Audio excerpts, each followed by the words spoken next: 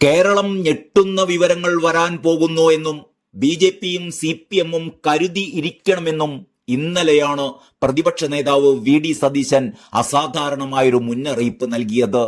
ആ ബോംബ് എന്തായാലും പൊട്ടുമെന്നാണ് കോൺഗ്രസ് വൃത്തങ്ങൾ ആവർത്തിച്ചിരിക്കുന്നത്. പ്രതിപക്ഷ നേതാവിൻ്റേത് വീരവാദമല്ലെന്നും വൈകാതെ ഞെട്ടുന്ന വാർത്ത വരുമെന്നും പാർട്ടി കേന്ദ്രങ്ങൾ പറയുന്നു. ഇന്നുണ്ടാവുമോ എന്ന് വ്യക്തമാക്കിയിട്ടില്ല. വിവരങ്ങൾ പ്രതിപക്ഷ നേതാവ് തന്നെ തെളിവ് സഹിതം പുറത്തുവിടുമെന്നാണ് പാർട്ടി കേന്ദ്രങ്ങൾ പറയുന്നത്. കോർ കമ്മിറ്റി അംഗത്തിനെതിരായ വാർത്തയാണെങ്കിൽ അത് വെറും കുടുംബകാര്യം എന്നാണ് ബി.ജെ.പി ക്യാമ്പിന്റെ പ്രതിരോധം. ആർക്കെതിരെയെന്ന് വ്യക്തമാക്കാതെയാണ് ബി.ജെ.പി ക്യാമ്പിന്റെ ഈ പ്രതികരണം വന്നത്. അതേസമയം ലൈംഗിക പീഡന ആരോപണം നേരിടുന്ന രാഹുൽ മാങ്കൂട്ടത്തിൽ അടൂരിലെ വസതിയിൽ തന്നെ തുടരുകയാണ്. ഇന്ന് ഒരുപക്ഷെ മാധ്യമങ്ങളെ കണ്ടേക്കും. മണ്ഡലമായ പാലക്കാട്ടേക്ക് പോകുന്നതിൽ അനിശ്ചിതത്വം നിലനിൽക്കുകയാണ്. പ്രാഥമിക അംഗത്വത്തിൽ നിന്ന് സസ്പെൻഡ് ചെയ്തതോടെ മണ്ഡലത്തിലെത്തിയാൽ കോൺഗ്രസ് പ്രവർത്തകരുടെയും നേതാക്കന്മാരുടെയും പിന്തുണ ലഭിക്കുമെന്ന കാര്യത്തിൽ ഒരു ഉറപ്പുമില്ല. ബി.ജെ.പിയും സി.പി.എമ്മും എം.എൽ.എയെ തടയുമെന്ന് പ്രഖ്യാപിച്ചിട്ടുമുണ്ട്.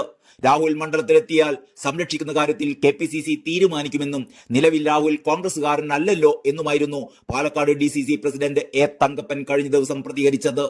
സി.പി.എമ്മുകാർ അധികം കളിക്കരുത് എന്നും ഞെട്ടിക്കുന്ന വാർത്ത അധികം വൈകാതെ തന്നെ പുറത്തു വരുമെന്നുമാണ് വി.ഡി. സതീശൻ കഴിഞ്ഞ ദിവസം പറഞ്ഞിരുന്നത്. സി.പി.എമ്മും ബി.ജെ.പിയും അധികം അഹങ്കരിക്കേണ്ട, ചിലത് വരാനുണ്ടെന്നാണ് സതീശൻ മുന്നറിയിപ്പ് നൽകിയത്.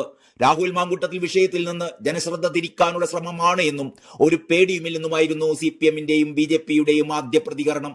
രാഹുലിന്റെ രാജി ആവശ്യപ്പെടാതെ കോൺഗ്രസ് നേതൃത്വം പാലക്കാട് ജനതയെ വഞ്ചിക്കുകയാണെന്ന് ബി.ജെ.പി സംസ്ഥാന അധ്യക്ഷൻ രാജീവ് ചന്ദ്രശേഖരൻ വിമർശിച്ചു.